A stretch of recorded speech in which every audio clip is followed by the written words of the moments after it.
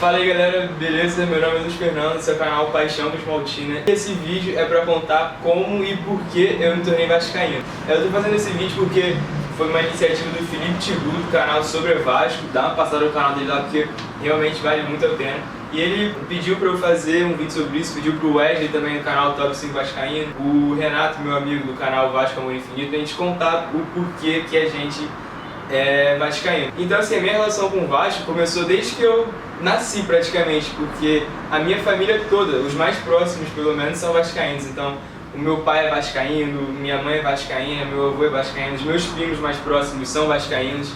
E desde que eu nasci, o meu avô, ele já meio que me manipulou num bom sentido assim pra eu me tornar vascaíno, porque eu sempre tive roupas do Vasco, tinha uniforme oficial, camisas. Eu lembro que ele me deu um boneco uma vez que cantava o hino do Vasco, então eu sempre tive muito ligado ao Vasco, principalmente por causa dele. Assistia muito com o jogo com meu avô e ele acho que foi o principal motivo para eu ser vascaíno, mas também tem a importância do meu pai, da minha mãe, dos meus primos, como eu já falei. Então eu sempre tive muito ligado ao Vasco, sempre tive muito conectado. As primeiras lembranças assim que eu tenho do Vasco é mais do time de 2007, 2008, que eu passei a acompanhar mais de perto, de saber as escalações. Eu lembro, eu fui no estádio pela primeira vez em São Januário em 2007, aí eu fui em 2 jogos, Vasco e Náutico, que o Vasco ganhou, mas não lembro de quanto, e Vasco e São Paulo, que o Vasco perdeu, mas eu não, assim, do jogo em si eu não tenho lembranças, mas eu lembro dos meus primos falando que a gente foi na arquibancada.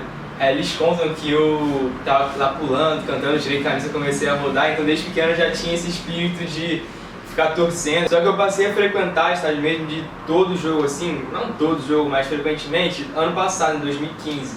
Então em 2015 eu passei a frequentar, até porque conforme eu fui crescendo, eu fui me tornando um pouco mais independente, não dependo mais do meu pai para ir, porque eu sempre que ia nos jogos eu ia com ele.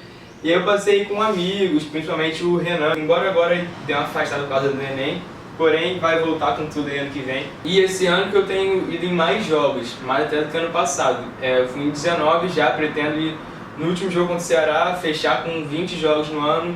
Ano que vem tentar ir pelo menos uns 25, até porque tem uma dependência com vocês. Não que eu não iria nos jogos se não fosse o canal. Mas vou confessar que nesses últimos jogos eu não tenho tido motivação nenhuma para gravar, para mostrar para vocês o que acontece, até porque o Vasco tem perdido, empatado diversos jogos em São Januário. Mas tem esse compromisso com vocês. Desde a primeira vez que eu fui eu me senti muito bem. A primeira vez que eu fui eu estava na Força Jovem, mas ano passado eu fiquei na GDA, eu sempre fico na GDA também.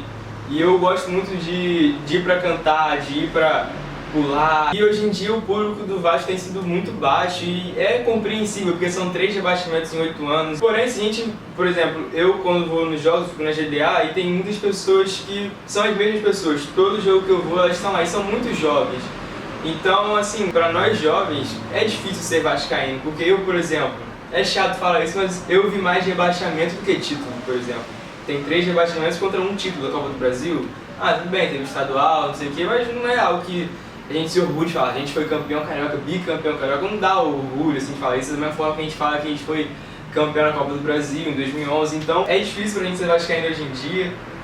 E tem muita gente também que critica, tem uma crítica muito forte pra nós, jovens vascaínos, que costumam nos definir como torcida amor infinito, mas também não é bem assim, porque enquanto os mais velhos já desistiram do Vasco, estão aí no sofá, alguns de nós jovens tentam ir nos jogos para dar um apoio, tem muita gente que critica, mas eu acho que algumas vezes são válidas críticas, porque, por exemplo, tem diversos jogos que eu acho que sim, tem que ter uma postura mais rígida, uma cobrança maior aos jogadores, ao invés de só cantar, porque algumas vezes não adianta muito.